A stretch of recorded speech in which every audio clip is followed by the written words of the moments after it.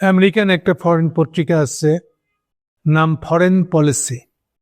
খুব বিশাল আধিক্যতার কিছু নাই, কিন্তু গত প্রায় 5 বছরের বেশি হয়ে গেল।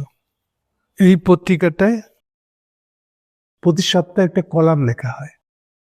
কলামের লেখক কুগেলম্যান। আলী রিয়াজের মতনই আর একটা থিঙ্ক ট্যাঙ্কে ফেলো। এ পর্যন্ত বোধহয় 2 না হলো 3বার, তো 3 না হলো 2বার তো বদলাইছেন। এখন এবারে উনি আছেন আটলান্টিক কাউন্সিল নামে যে থিঙ্ক ট্যাঙ্কটা আছে তার, মানে সেখান থেকে ওনার বেতন আসে। আর উনি রেগুলার কলাম লেখেন এই ফরেন পলিসি কিন্তু অ্যাফেয়ার্স না, অ্যাফেয়ার্স নামে আরেকটা পত্রিকা আছে, ওইটা না, ফরেন পলিসি নামক পত্রিকাতে সে কলাম লেখে। নিজেকে দাবি করেন উনি একজন লিবারেল ডেমোক্র্যাট। এর আগে বাইডেনের আমলে উনি কন্টিনিউয়াসলি বাইডেনকে আমাদের এদিককার রাজনৈতিক পরিস্থিতি নিয়ে পরামর্শ দিয়ে গেছেন।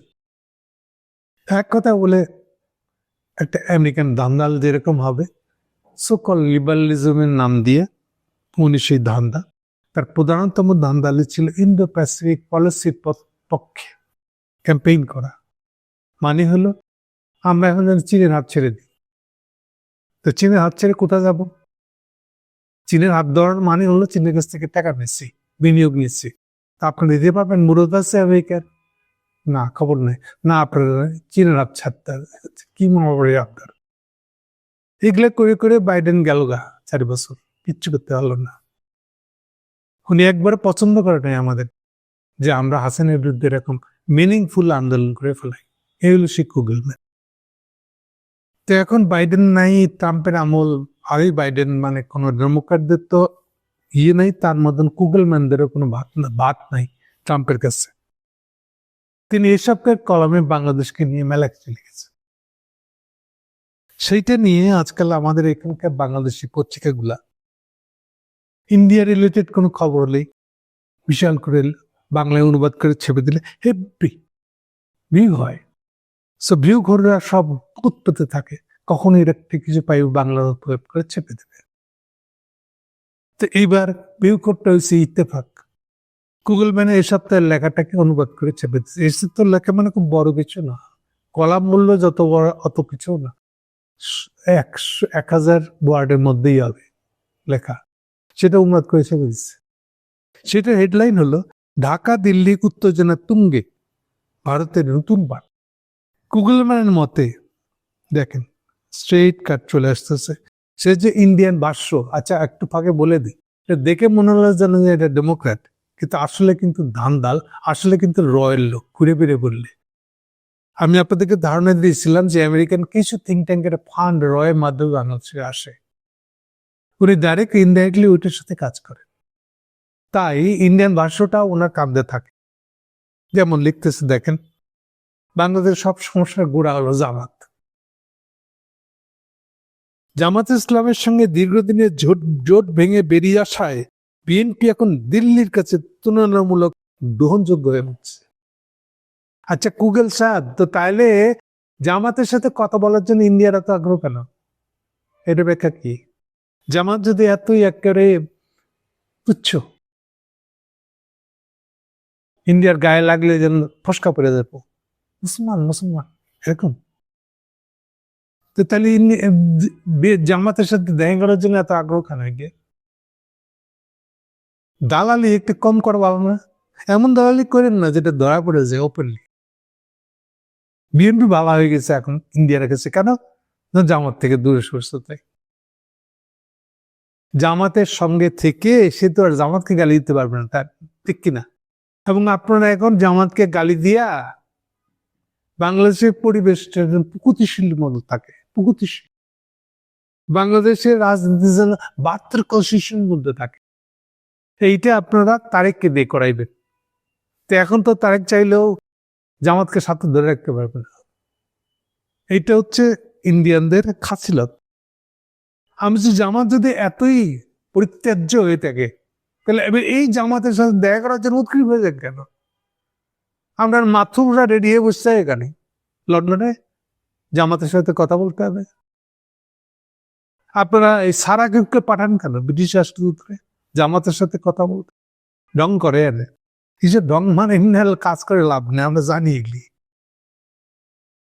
এটার মানে হলো আপনারা হিন্দুত্ববাদ চাপাই দিতে চান, এবং হিন্দুত্ববাদের চোখ দিয়ে তারেককেও কাজ করতে হবে, জামাতকেও ওই লাইনে আগাইতে হবে। তারেক মিয়াকে আপনারা ক্ষমতায় আনবেন, হাসিনার আশার ক্ষমতায় আসার প্রথম 1-1.5 বছর ওকে ব্যবহার করবেন, এরপর ওকে ফালাই দিয়ে হাসিনাকে আনবেন। এই তো আপনাদের প্ল্যান। এবং আপনি গুগল ম্যান এর মধ্যে ঢুকছেন, আমি কি বুঝেন এগুলো? হ্যাঁ, এক দালালি ছাড়া আপনি এর ভিতরে কি বুঝেন বলেন? আপনি জামাত সম্পর্কে কি জানেন? বিএনপি সম্পর্কে বা কি জানেন?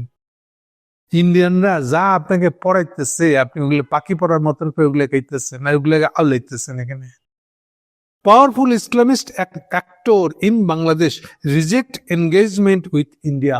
Powerful Islamist. What do you mean? আমি কি ইসলামিস্ট? কি গুগল ম্যান সাহেব তা আসেন মুখের উপরে বলেন যে আমি একটা ইসলামিস্ট। আমি একটু দেখি এটা হিন্দু মানুষ কেমনি ইসলামিস্ট হয়। আমি কি কলমা পড়ছি যে আমি ইসলাম হইতে পারবো? চাইলেও তো হইতে পারবো। পাওয়ারফুল ইসলামিস্ট, মানে ইন্ডিয়ার সমালোচনা করলেই সে ইসলামিস্ট। হ্যাঁ, এই শিখে মাতবরি করতে আইছেন, দালালি করতে আইছেন। Limiting the political space for any new government in Dhaka. উল্টা করে বলে, সোজা উল্টা না, ওইটাই সোজা হবে আসলে, যে সারা বাংলাদেশে এখন অ্যান্টি ইন্ডিয়ান, একটা অ্যান্টি ইন্ডিয়ানিজমের শৈত্য প্রভাব বলে না, এটা বোঝা যাইতেছে। ফলে এই ফেজে আপনারা ইন্ডিয়ারা তারেককে ওইদিকে ডেকে নিয়ে গেছেন এটাকে ফেস করার জন্য। আওয়ামী লীগ তো পারবেন না, মাইক খেয়ে মরে যাবে। এই জন্য তারেককে এটা দিয়া রাজি করে নিয়ে আসছে। কি বলবো আপনাদেরকে? বলতেছে একদিকে বাংলাদেশিরা বিশ্বাস করেন ভারতের দীর্ঘদিন ধরে তাদের আভ্যন্তরীণ রাজনীতিতে হস্তক্ষেপ করছে। ইয়াস, করছে তো। বাংলাদেশ বিশ্বাস করে, এটা মেজরিটি পিপুল এটা বিশ্বাস করে, এবং এই বিশ্বাসের ঠেলায় এর ভিতরে ইন্ডিয়াকে এখন উজানে বাওয়া, নৌকা বাওয়া কঠিন তো হবেই। আপনি যতই তারেককে জাপে ধরেন না কেন, একটা ফেয়ার ভোট হোক, তারেককে জিতে আনা মুশকিল হয়ে যাবে। যদি না আপনারা এই যে ইলেকশন করার প্ল্যান করতেছেন না, হ্যাঁ, অ্যারেঞ্জ ইলেকশন, সাজানো নির্বাচনে ছাড়া যদি আসেন, তারকে খবর আছে। একদিকে বাংলাদেশিরা মনে করে ইন্ডিয়া রাজনীতি হস্তক্ষেপ করছি তো গত 16 বছর আমরা দেখিনি। হাসিনা ছিল তার দালাল একটা, তার সাথে ইন্ডিয়ার চুক্তি হয়েছিল যে সে তাকে ক্ষমতা রাখবে আর বিনিময়ে বাংলাদেশ সবকিছু করতে দিবে হাসিনা তাদেরকে, ইন্ডিয়াকে। সেটা কে না জানে?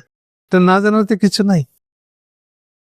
অন্যদিকে ভারতীয়দের ধারণা হাসিনাবিহীন বাংলাদেশে কট্টরপন্থী উত্থান ঘটছে। আচ্ছা, কেমনি বুঝলেন? হাসিনা আমলে কট্টরপন্থী ছিল না? এই যে রেস্টুরেন্টে আমলা, এটা হয়নি? কি কট্টরপন্থী আমলা না নাকি? জেএমবির উত্থান, এটা কি কট্টরপন্থী হামলা না? জেএমবির উত্থানের টাইমটাকে বোঝার চেষ্টা করেন। আমরা তো সৎ না, বোঝাবো কি আপনাদেরকে? হোল গ্লোবে এটা একটা ইসলামী উত্থান ঘটছিল। আপনার আফগানিস্তানে হামলা থেকে শুরু করে সেক্ষেত্রে শুরু ছিল এটা। ফলে তার ইম্প্যাক্ট বাংলাদেশের 90% মুসলমানের দেশ, আমাদের এখানেও পড়বে কিছুটা। এখন এটাকে আপনি জঙ্গিবাদের উত্থান বলেন আর ইসলাম উত্থান বলেন, কিছু করার নেই। সারা দুনিয়াতে উত্থান ঘটছিল, তা বাংলাদেশ কি দুনিয়ার বাইরে? যা বুঝেন না তাই নিয়ে গুগলম্যান কথা বলতে আসছেন আপনি। ইন্ডিয়া বলছে যে ইসলামিস্টদের উত্থান ঘটছে, আর আপনি বুঝেন। আপনি এটার নাম ধরে বলেন তো দেখি, ইসলামিস্টটা কে এখানে বাংলাদেশে?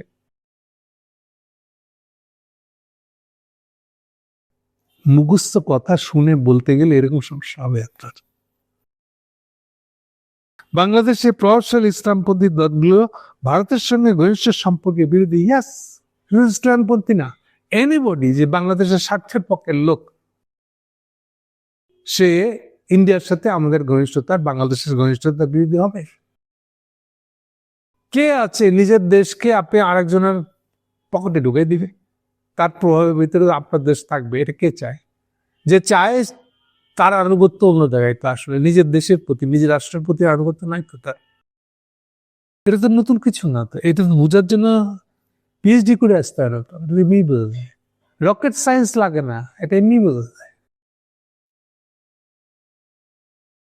তবে সম্ভাব্য প্রধানমন্ত্রী হিসেবে তারেক রহমানের জাতীয় ঐক্যের ডাক এবং সংখ্যালঘুদের সুরক্ষার পদক্ষেপ দেওয়ায় পরোক্ষ ইঙ্গিতে ভারতকে আশাবাদী করেছে। তো আপনি কেডা?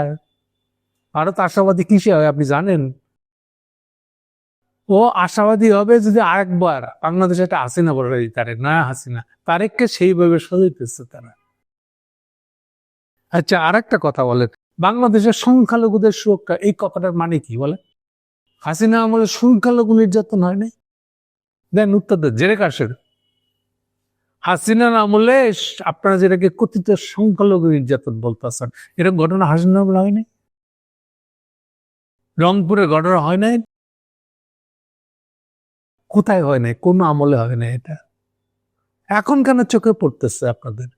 বাংলাদেশে হিন্দু নির্যাতন হতে পারে, পাকিস্তান, ইন্ডিয়াতে মুসলমান নির্যাতন হতে পারবে, খ্রিস্টান নির্যাতন হতে পারবে, খালি হিন্দুদেরকে ধরাছোঁয়া করা যাবে না। আর বাংলাদেশে হিন্দু নির্যাতন হলে, কিছু হলে আপনাদের কেন আসে যায়? এটা ব্যাখ্যা করেন। মানে আপনারা এইবারকার খ্রিস্টানদের বড়দিনে কি করছেন? আপনারা 60টা জায়গায় হামলা দিয়েছেন, আপনারা তাদের যা কিছু সাজানো গুছানো সব ভেঙে দিচ্ছেন, আপনারা সমস্ত আয়োজন ভেঙে দিচ্ছেন। আপনারা এগুলোর প্রতি কার আগ্রহ নেই। সংখ্যালঘু ইয়ের সুরক্ষা তো হাসিনাও দিতে পারেন, আপনি যেটাকে সুরক্ষা বলতেছেন। তো সংখ্যালঘুর সুরক্ষা দেওয়ার কথা বলছে, আপনি উল্টা আমাকে বলেন বাংলাদেশের কোন ইসলামী রাজনীতির দলটা হিন্দু মারার প্ল্যান নিয়ে আছে? হিন্দু মারা তাদের দলের কর্মসূচি আছে? আছে এরকম কোন ইসলামী দল? এই যে বকওয়াজ কোত্থেকে পাচ্ছে তাদের?